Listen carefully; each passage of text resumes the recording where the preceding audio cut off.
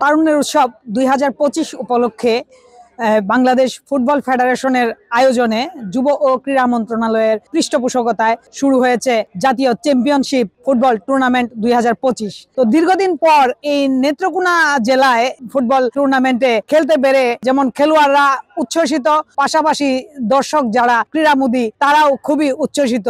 আজকের এই আধুনিক স্টেডিয়াম মাঠে খেলা দেখতে পেরে তারাও খুবই আনন্দিত এবং বিশেষ করে এই দীর্ঘদিন পর এই খেলাকে কেন্দ্র করে সকলের মনে একটু আনন্দ, উৎসাহ, উদ্দীপনা বিরাজ করছে। প্রায় 1 বছর পরে নেত্রকোনা জেলায় এরকম একটা প্রতিযোগিতামূলক জাতীয় খেলা আয়োজন করাতে জেলা প্রশাসককে অনেক ধন্যবাদ।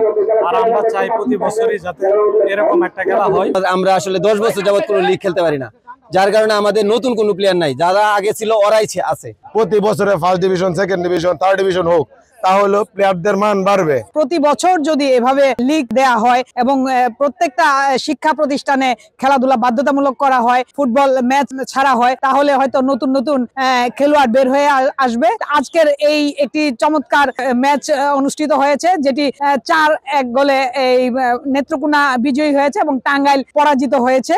প্রথমার্ধে 10 মিনিটের মাথায় রাসেল একটি গোল করেন এবং গোল করে নেত্রকোনাকে এগিয়ে নেন। পরবর্তীতে 27 মিনিটের আরেকটি গোল করেন এবং দ্বিতীয়ার্ধের খেলায় 7 মিনিটের মধ্যেই পরপর দুটি গোল করে আবারও 4 গোলে এগিয়ে যান। সর্বশেষ একটি গোল করে টাঙ্গাইল তাদের সেই শূন্য থেকে এই নামটি কাটান। পরবর্তীতে তাদেরকে এখানে খেলার চ্যাম্পিয়নশিপের পুরস্কার প্রদান করা হয়। স্পোর্টসম্যানশিপ থেকে কিন্তু আমাদের এই ফ্রেন্ডশিপ বলেন, যেটাই বলেন না কেন, এটা একটা বড় বন্ধন তৈরি হয়। পাশাপাশি সমাজে, সোসাইটিতে যে পরিমাণ এখন যে অন্যান্য উপদ্রবগুলো বাড়ছে, স্পেশালি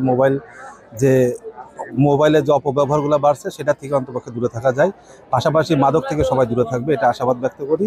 এবং এরকম স্পোর্ট যদি নিয়মিত আয়োজন করা যায়, আমার মনে হয় যুব সমাজ ক্রিয়ামুখী হইলে পারে, সোসাইটির অনেক উন্নতি এবং সমাজের অনেক উন্নতি। এই আয়োজনের মাধ্যমে আমাদের ফুটবলের যে ঋত গৌরব, এই ঐতিহ্য আবার ফিরে আসবে। আমাদের তরুণ প্রজন্ম ফুটবলের প্রতি আরো বেশি আকৃষ্ট হবে এবং তারা নতুন নতুন ফুটবল তারকাও এই খেলার মাধ্যমে আমরা খুঁজে পাবো। সরকার এবং সামাজিকভাবে খেলাধুলাকে এগিয়ে নিয়ে আসবে, নতুন নতুন খেলোয়াড় তৈরি হবে, সুন্দর হবে দেশ এবং আগামীর ভবিষ্যৎ। আলপনা বেগম, সময় সংবাদ, নেত্রকোনা।